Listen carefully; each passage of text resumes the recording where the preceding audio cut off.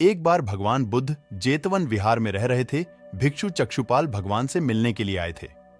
उनके आगमन के साथ उनकी दिनचर्या, व्यवहार और गुणों की चर्चा भी हुई।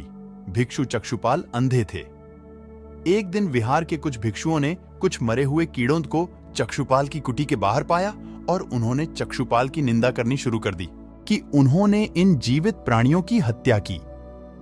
भगवान बुद्ध ने निंदा कर रहे उन भिक्षुओं को बुलाया और पूछा कि क्या तुमने भिक्षु को कीड़े मारते हुए देखा है?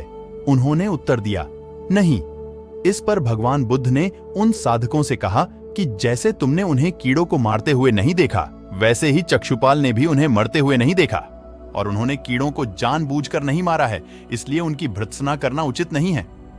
भिक्षुओं ने इसके बाद पूछा कि चक्षुपाल अंधे क्यों हैं? उन्होंने इस जन्म में अथवा पिछले जन्म में क्या पाप किए? भगवान बुद्ध ने चक्षुपाल के बारे में कहा कि वे पूर्व जन्म में एक चिकित्सक थे। एक अंधी स्त्री ने उनसे वादा किया था कि यदि वे उसकी आंखें ठीक कर देंगे तो वह और उसका परिवार उनके दास बन जाएंगे। स्त्री की आंखें ठीक हो गईं, पर उसने दासी बनने के भय से यह मानने से इनकार कर दिया। चिकित्सक को तो पता था कि उस स्त्री की आंखें ठीक हो गई हैं। वह झूठ बोल रही है, उसे सबक सिखाने के लिए या बदला लेने के लिए। चक्षुपाल ने दूसरी दवा दी। उस दवा से महिला फिर अंधी हो गई।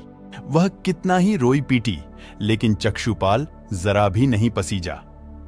इस पाप के फलस्वरूप अगले जन्म में चिकित्सक को अंधा बनना पड़ा। दान की महिमा।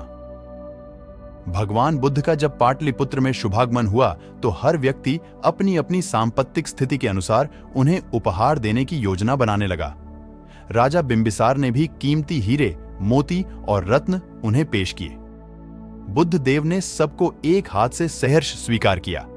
इसके बाद मंत्रियों, सेठों, साहूकारों ने अपने अपने उपहार उन्हें अर्पित किए और बुद्ध देव ने उन सबको एक हाथ से स्वीकार कर लिया। इतने में एक बुढ़िया लाठी टेकते वहां आई। बुद्ध देव को प्रणाम कर वह बोली, भगवान, जिस समय आपके आने का समाचार मुझे मिला उस समय मैं यह अनार खा रही थी।